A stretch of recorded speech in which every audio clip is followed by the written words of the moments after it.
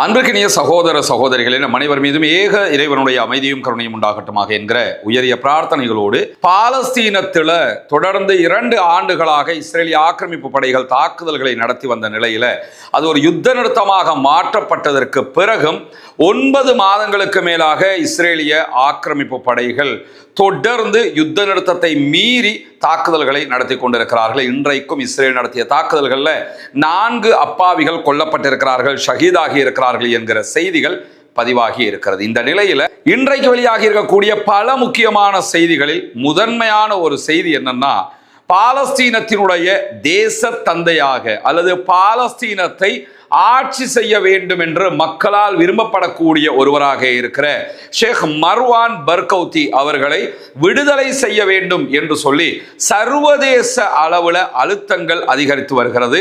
ஷேக் மர்வான் பர்கௌத்தி அவர்களை விடுதலை செய்ய வேண்டும் என்கிற போராட்ட களத்தில் தற்போது மார்வல் நடிகர்களும் கூட இணைந்திருக்கிறார்கள் என்கிற செய்திகள் வெளியாகி இருப்பதை நம்ம பார்க்க முடியும். மார்வல் திரைப்படங்கள் மற்றும் தொடர்களில் நடித்ததன் மூலமாக பிரபலமாகி இருக்கக்கூடிய 20க்கும் மேற்பட்ட முன்னணி நட்சத்திரங்கள், அதே நேரத்தில் இலக்கியம் திரைத்துறையை சார்ந்த 200க்கும் மேற்பட்டவர்கள் மர்வான் பர்கௌத்தியை உடனடியாக விடுதலை செய்யுங்கள் என்கிற போராட்டத்தில் தற்போது தங்களையும் இணைத்துக் கொண்டிருப்பதாக அறிவித்திருக்கிறார்கள். இது ஒரு சர்வதேச போராட்ட இயக்கமாக தற்போது மாற்றப்பட்டிருக்கிறது. கடந்த 2002ஆம் ஆண்டு முதலாக இதுவரைக்கும் சிறைவாசம் அனுபவித்து வரக்கூடிய மர்வான் பர்கௌத்தியை பொறுத்தவரையில பாலஸ்தீனத்தினுடைய காசா பகுதி மக்களாலும் அங்கீகாரம் பெற்றிருக்கக்கூடிய ஒருவர், அதே நேரம் வெஸ்ட் பேங்க் மேற்கு கரை மக்களாலும் அங்கீகாரம் பெற்றிருக்கக்கூடிய ஒருவர். தொடர்ச்சியாக பாலஸ்தீன மக்களுக்காக குரல் கொடுத்து வந்த மாபெரும் போராளியாக அறியப்பட்ட ஒருவர். 68 வயதாக கூடிய மர்வான் பர்கௌத்தி ஃபதா இயக்கத்தினுடைய முன்னாள் ஜெனரல் செக்ரட்டரியாக செயல்பட்டவர். ஃபதா இயக்கம் தற்போது மொத்தமாக மஹமூத் அப்பாஸினுடைய கைகளிலும் அவருடைய குடும்பத்தாருடைய கைகளிலும் இருக்கிறது. பாலஸ்தீன மக்களுக்காக நிற்க வேண்டிய மஹமூத் அப்பாஸ் இஸ்ரேலிய ஆக்கிரமிப்பு அரசாங்கத்தினுடைய கைக்கூலியாக அரபு நாடுகளில் இருக்கக்கூடிய சில பேர் கொடுக்கக்கூடிய பணங்களுக்கு தலையாட்டக்கூடியவராக, இஸ்ரேல் கொடுக்கக்கூடிய மானியத்திற்கு வேலை செய்யக்கூடியவராக மாறி இருக்கிறார். உண்மையிலேயே பாலஸ்தீன அதிகார சபையின் தலைவராகவும் பாலஸ்தீனத்தின் ஆட்சியாளராகவும் இருந்திருக்க வேண்டியவர் ஷேக் மர்வான் பர்கௌத்தி அவர்கள். யாசர் அரபாத்துடைய காலத்திலிருந்து ஃபதா இயக்கத்திலே செயல்பட்டு வந்தவர். இன்றைக்கும் பாலஸ்தீன மக்களால் விரும்பப்படக்கூடிய ஒருவராக இருக்கிறார். முதல் இன்திஃபாதாவின் முக்கிய தலைவராகவும் இவர் அறியப்படுகிறார். அதே நேரம் 2002 இஸ்ரேலால் கைது செய்யப்பட்டு தண்டனை வழங்கப்பட்டு 5 ஆயுள் தண்டனைகள் மற்றும் கூடுதலாக 40 ஆண்டுகள் சிறைவாசம் அவருக்கு வழங்கப்பட்டிருக்கிறது. இதுவரைக்கும் ஒப்பீட்டளவில் அவர் ஒரு 24 ஆண்டுகளை சிறையிலே கழித்திருக்கிறார். 24 ஆண்டுகளாக சிறையில் வாழக்கூடிய ஒருவரை எங்கள் தலைவராக நாங்கள் ஏற்றுக்கொள்கிறோம். அதே நேரம் பாலஸ்தீனத்தினுடைய அனைத்து துறைகளிலும் இருக்கக்கூடியவர்களும் இதைத்தான் சொல்லுகிறார்கள் என்று பாலஸ்தீனத்தின் காசா பகுதிகளில் போராடுகிற 14 போராட்ட அமைப்புகளும் வெளிப்படையாகவே அறிவித்திருக்கின்றன.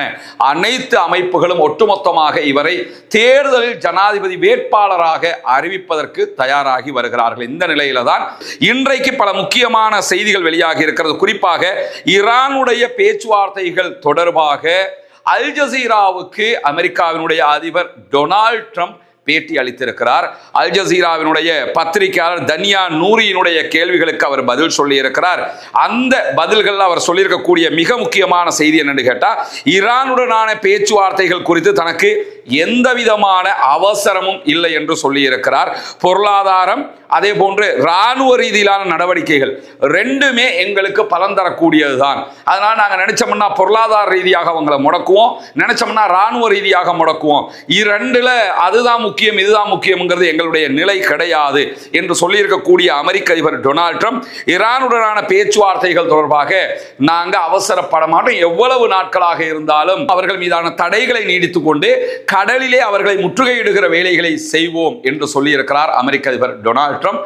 வெறும் ஒரே ஒரு நிமிடம் வழங்கிய பேட்டியில் தான் இந்த செய்திகளை அவர் சொல்லியிருக்கிறார் என்கிற செய்திகளையும் நாம் புரிந்து கொள்ளுகிற அதே நேரத்தில் பொருளாதார அழுத்தத்தால் அமெரிக்காவுக்கு எந்த லாபமும் கிடைக்காது, எந்த பலனும் கிடைக்காது, எங்களுக்கு எந்த விதமான நஷ்டமும் கிடைக்காது என்கிற செய்திகளை இன்றைக்கு ஈரானுடைய அதிபர் மசூத் பெசக்ஷியன் வெளிப்படையாகவே சொல்லியிருக்கிறார்.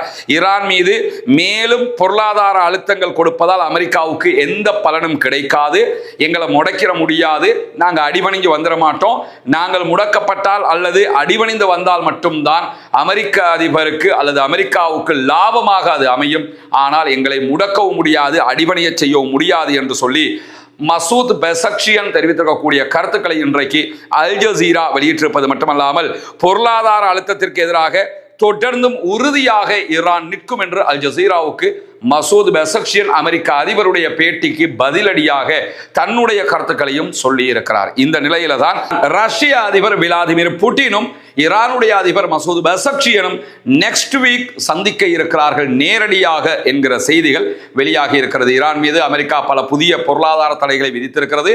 இந்த தடைகள் எதையுமே நாங்கள் ஏற்றுக்கொள்ள மாட்டோம் என்று வெளிப்படையாகவே அறிவித்து விட்டது ரஷ்யாவும் சீனாவும்.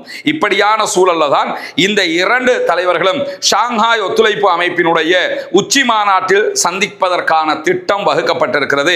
கிர்கிஸ்தானில் அடுத்த வாரம் இந்த உச்சி மாநாடு நடைபெற இருக்கிறது. எனவே இதிலே இரண்டு தலைவர்களும் பல முக்கியமான முடிவுகளை அறிவிக்க கூடும் என்கிற செய்திகள் வெளியாகி இருக்கக்கூடிய சூழல்ல தான் அமெரிக்காவுடனான எதிர்கால யுத்தங்கள் பிராந்தியம் முழுவதும் பரவக்கூடும் என்கிற எச்சரிக்கையை ஈரானுடைய IRGC இன்றைக்கு விடுத்திருக்கிறது. ஈரானுடைய IRGC சொல்லியிருக்கக்கூடிய செய்திகள் பிரகாரம் எதிரிகளுடைய எந்த ஒரு தவறான கணிப்பீடும் உடனடியான பதிலை ஈரான் மூலமாக தூண்டும் என்று சொல்லியிருக்கிற அதே நேரம் மோதலின் புவியியல் எல்லைகளை அது விரிவுபடுத்தக்கூடும் என்றும் IRGC சொல்லி இருக்கிறது. ஏன்னா இதுவரைக்கும் நடத்தப்பட்ட தாக்குதல்களில் அரபு நாடுகளில் இருக்கக்கூடிய அமெரிக்காவினுடைய ராணுவ தளங்கள் மீது ஈரான் தாக்குதல்களை நடத்தி இருக்கிறது. இஸ்ரேலில் இருக்கக்கூடிய ராணுவ தளங்கள் மீது தாக்குதல்களை நடத்தி இருக்கிறது. எதிர்காலங்களில் தாக்குதல்கள் நடத்தப்பட்டால் அமெரிக்காவினுடைய எரிபொருள் உற்பத்தி தளங்கள் மீதும் தாக்குதல்கள் நடத்தப்படும். இதுக்கு முன்னாடி IRGC அறிவிச்சிருந்தாங்க. இன்றைக்கு அவங்க விடுத்திருக்கக்கூடிய செய்திகளை IRGC-னுடைய பிரிகேடியர் ஜெனரல் முகமது அக்ரமீனியா மெஹர் செய்தி நிறுவனத்திடம் தெரிவித்திருக்கக்கூடிய கருத்துக்கள்ல மேலதிகமாக என்ன சொல்றாருன்னு கேட்டா, எதிர்காலத்தில் ஈரான் மீது அமெரிக்கா தாக்குதல்களை நடத்தி ஒரு யுத்தத்தை ஆரம்பிக்கிற போது அந்த யுத்தம் பாபல் மந்தபையும் இந்த யுத்தத்தில் உள்ளிருக்கக்கூடும். இதுவரைக்கும் நாங்க ஹொர்முஸை மூடி வச்சிருக்கிறோம்.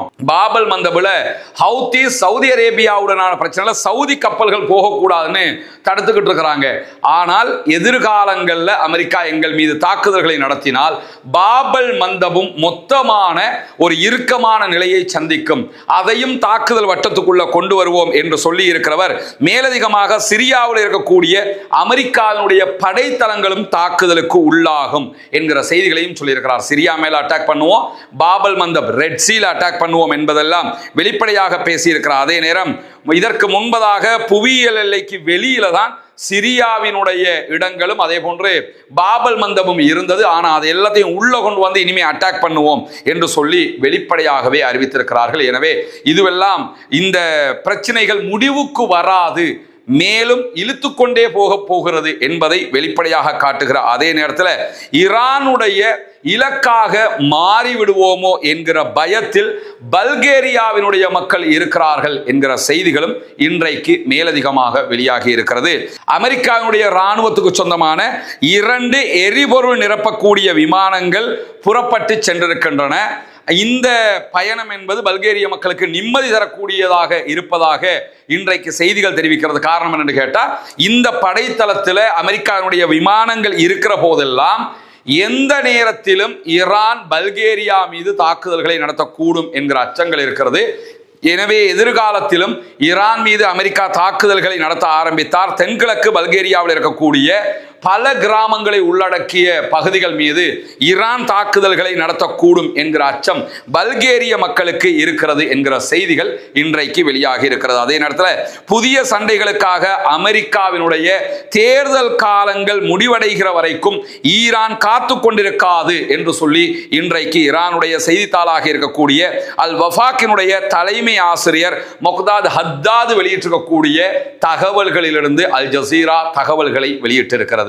அவர் வெளியிட்டிருக்கக்கூடிய செய்திகள் என்னன்னு கேட்டா, ஈரானுக்கு எதிராக புதிய தாக்குதல்களை தொடங்க போவதில்லை என்பது குறித்த அமெரிக்காவினுடைய வெளியுறவு செயலாளருடைய கருத்துக்கள் இடைக்கால தேர்தல்களை நோக்கியதாக ஈரான் பார்க்கிறது. ஈரான் மேல புதிய தாக்குதல் எதையுமே நாங்கள் நடத்த மாட்டோம் என்று சொல்லி அமெரிக்காவினுடைய செயலாளர், வெளியுறவுத்துறை செயலாளர் அறிவிச்சிருக்கிறாரு.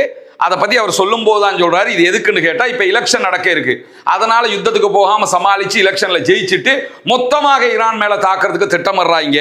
இந்த மாதிரி ஒரு தற்போதைய பதட்ட நிலையை தணிப்பதற்காக இவர்கள் சொல்லுவதுதான் இந்த கருத்தினுடைய சாராம்சம் என்று சொல்லக்கூடிய பத்திரிகை ஆசிரியர் இந்த காலக்கெடு முடிகிற வரைக்குமே ஈரான் காத்திருக்காது என்பதையும் அமெரிக்கா புரிந்து கொள்ள வேண்டும் என்று சொல்லியிருக்கிறார். அமெரிக்கா வெறுமனே தேர்தல் காலத்தை கடந்துவிட்டு மீண்டும் தாக்குதல்களை பரந்த அளவில் நடத்துவதற்கு திட்டமிட்டிருக்கலாம். ஆனால் ஈரான் அதை மீறிய திட்டங்களோடு இருக்கிறது. முன்கூட்டியே ஈரான் கூட தாக்குதல்களை நடத்துவதற்கு வாய்ப்பு இருக்கிறது.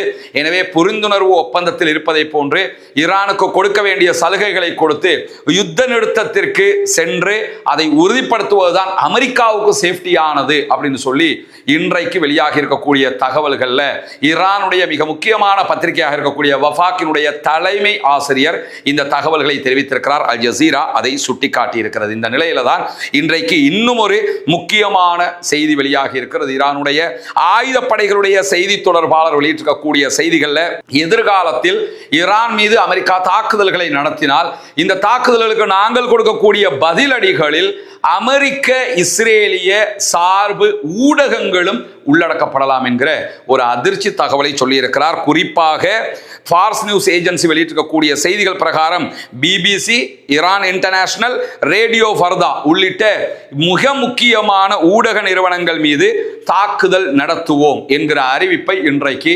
ஐஆர்ஜிசியும் ஈரானுடைய ஆயுதப்படைகளுடைய தலைமையகமும் வெளிப்படையாகவே அறிவித்திருக்கின்றன. இந்த நிறுவனங்களுடைய பெயர்களை குறிப்பிட்டு பிபிசி, ஈரான் இன்டர்நேஷனல், அதே போன்று ரேடியோ ஃபர்தா ஆகிய 3 நிறுவனங்களுடைய பெயர்களை குறிப்பிட்டு இன்றைக்கு ஈரானுடைய ஆயுதப்படைகள் வெளியிட்டிருக்கக்கூடிய செய்திகள்ல இவைகள் ஊடக நிறுவனங்களே கிடையாது. மொசாது, சிஐஏ, அதே போன்று எதிரிகளுடைய உளவு நிறுவனங்களுடைய ஏஜென்ட்டுகளாகத்தான் இவர்கள் செயல்பட்டு வருகிறார்களே தவிர இவர்கள் ஊடக நிறுவனங்கள் அல்ல. அது மட்டுமல்லாமல் நாங்கள் இவர்கள் மீது தாக்குதல்களை நடத்த ஆரம்பித்தால் இவர்கள் மீது மட்டுமல்லாமல் இந்த அமைப்புகளில் பணிபுரிகிற தனிநபர்கள் கூட சாத்தியமான இராணுவ இலக்குக்கு உள்ளாகலாம், அவர்கள் மீதும் நாங்கள் தாக்குதல்களை நடத்துவோம் என்று சொல்லி வெளிப்படையாகவே அறிவித்துவிட்டு சொல்கிறார்கள். எங்களுடைய பார்வையில் இவைகள் ஊடக நிறுவனங்களே அல்ல. இந்த போலி ஊடக நிறுவனங்கள் உலகில் வன்முறையை ஊக்குவிப்பதற்கும் மனிதகுலத்தின் மனநலத்தை சீர்குலைத்துக் கொண்டிருக்கின்றன என்கிற செய்திகளையும் இன்றைக்கு ஈரானுடைய ஆயுதப்படைகள் சொல்லி இருப்பது இன்றைய தினம் மிக முக்கியமான செய்தியாக பார்க்கப்படுகிறது. அதே நேரத்தில் இன்றைய நாள் நம்ம ஏற்கனவே ஒரு வீடியோ வெளியிட்டிருக்கிறோம். அந்த வீடியோவில் விரிவாக சொல்லப்பட்ட ஒரு செய்தி தான் அமெரிக்க அதிபர் டொனால்ட் ட்ரம்ப் பேசுகிற வார்த்தைகளில், பேசுகிற செய்திகளில் ஒரு நாளைக்கு 21 பொய்களை சொல்லுகிறார் என்று வாஷிங்டன் போஸ்ட் வெளியிட்டிருக்கக்கூடிய செய்திகளில் இப்படி ஒரு பொய்கார ஜனாதிபதியை எந்த ஒரு அரசும் எந்த ஒரு மக்களும் பார்த்திருக்க மாட்டாங்கிற அளவுக்கு நம்பர் 1 பொய்யனாக மாறி இருக்கிறார் அமெரிக்க அதிபர் டொனால்ட் ட்ரம்ப். இன்றைக்கு வெளியாக இருக்கக்கூடிய மிக முக்கியமான செய்திகளுடைய தொகுப்பை தான் உங்களோடு பகிர்ந்து கொண்டிருக்கிறோம். தொடர்ந்து மனிதர்கள்